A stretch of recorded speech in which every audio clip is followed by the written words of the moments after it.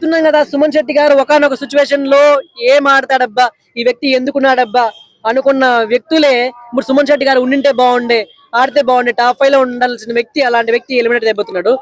So కొంచెం బాధాకరంగా ఉంది. ఉండింటే బాగుండు ఆయన కూడా. ఎందుకంటే Bigg Boss season 9 entire house లో ది ప్యూరెస్ట్ సోల్ ఎవరన్నా ఉన్నారంటే సుమన్ శెట్టి గారు.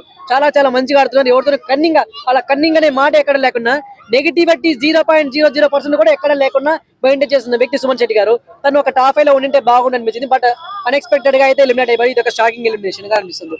ఇక చూసుకుంటే మీకు ఒక big update, second finalist of the Bigg Boss season 9 ఏ వ్యక్తి అయితే మన హృదయాలు గెలుచుకున్నాడో ఆ వ్యక్తి అయితే అయ్యాడు. అతని ఇమాన్యుయల్. యాక్చువల్ గా తనుజ గారికి అయితే ఛాన్స్ వచ్చింది, బట్ ఆయన అయితే స్వయంగా తను వద్దనుకునేసినారు. సో ఇమాన్యుయల్ గారికి అయితే ఛాన్స్ వచ్చింది, ఆయన అయితే అవ్వబోతున్నారు. మరి ఇప్పుడు సుమన్ శెట్టి గారితో పాటు డబుల్ ఎలిమినేషన్ ఉంటది అంటున్నారు. మరి ఈ డబుల్ ఎలిమినేషన్ లో ఎవరు ఎలిమినేట్ అవుతారు? సుమన్ శెట్టి గారి బెస్ట్ ఫ్రెండ్, సుమన్ శెట్టి గారి బెస్ట్ ఫ్రెండ్. ఆయనతో ఎప్పుడు పక్కనే ఉంటారు కదా. ఆయన ఎవరో కాదు, భరణి గారు. భరణి గారికి ఓటింగ్స్ అయితే చాలా తక్కువ పడుతున్నాయి. లైక్ చెప్తున్నారు, ఆయన 2-3 సార్లు పోయి వచ్చారు కదా బయటికి, లైక్ వచ్చారు కదా, ఆయనకి చాలా అంటే చాలా సపోర్ట్ ఉంది కదా, ఆయన ఎందుకు పోనిస్తారు, టాప్ 5 లో పడతారు అనుకున్నారు. బట్ జనాల నుంచి కూడా సపోర్ట్ కావాలి కదా. అక్కడ పెద్ద పెద్ద దిగ్గజాలు ఉన్నారు, ఫస్ట్ నుంచి మంచి మంచి ఓటింగ్స్ పడుతున్న వాళ్ళు ఉన్నారు.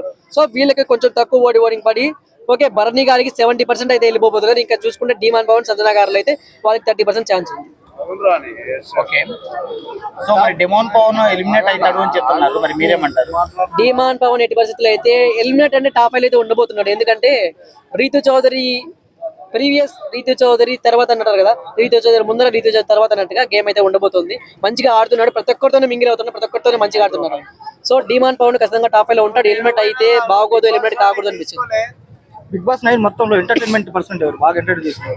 ఇమాన్యుయల్. చెప్తున్నాం కదా, most one package person, winnowing package మొత్తం ఉంది అతనిలో.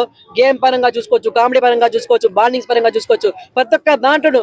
అరే అసలు ఇమాన్యుయల్ వస్తున్నాడు అంటే ఒకే సెలబ్రిటీనే, కానీ చిన్న సెలబ్రిటీ కదా. ఆయన ఏం మహా అంటే ఏం ఆడతాడు, అవినాష్ లాగా ఆడతాడేమో, అవినాష్కి వచ్చినంత స్కోప్ ఇంకెవరికి రాదేమో, అంత మహా అంటే తన వరకు రాగలడేమో అనుకున్నాం. కానీ తనను మించి అబ్బా ప్రతి ఒక్క కమెడియన్ కూడా పోస్ట్ పెడుతున్నాడు. అరే తనని గెలిపించండి, తన ఎందుకు పెడుతున్నారు?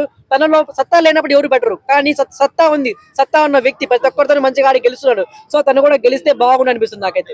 మోస్ట్ ఎమోషనల్ పర్సన్ అయితే ఒక్కొక్కసారి కళ్యాణ్ పడాలా అనిపిస్తుంది. ఎందుకంటే తను ఒకనొక సిచ్యువేషన్ లో ఏంటంటారు, తన పేరెంట్స్ కి దూరంగా ఉండడం కావచ్చు, ఒక కామన్ పర్సన్ గా ఉండి ఇక్కడ ఇంట్లో వాళ్ళతో అందరితో మింగిల్ అయ్యి మంచిగా ఆడడం కావచ్చు, చాలా చాలా మంచిగా అనిపించింది. సో ఇక ప్రీవియస్ గా రాబోయే ప్రతి ఒక్క కామనర్ కి కళ్యాణ్ పడాలి అయితే ఇన్స్పిరేషన్ గా ఉంటాడు. ఎందుకంటే మనం కూడా రావచ్చు, ఆడొచ్చు, ఇంతవరకు కూడా పోవచ్చు అనేసి. గేమ్ మంచిగా ఆడితే ప్రతి ఒక్కరు కూడా టాప్ లో ఉండగలుగుతారు. రాము రాథోడ్ గారు ఎక్కడో కొంచెం ఏదో డిసప్పాయింట్ అయ్యారు, లైక్ ఫ్యామిలీ మీద కలవరం పడి వెళ్ళిపోయారు. కానీ ఆయన కానీ ఉండి కొంచెం మంచిగా గేమ్ ఆడింటే ఆయన కూడా ఖచ్చితంగా అయితే లాస్ట్ వరకు ఉండింటారు. బట్ ఆయన ఎక్కడో లైక్ ఫ్యామిలీ మీద ఇది పడి వెళ్ళిపోయారు, కానీ ఉండింటే బాగా అయితే ఉండింటారు.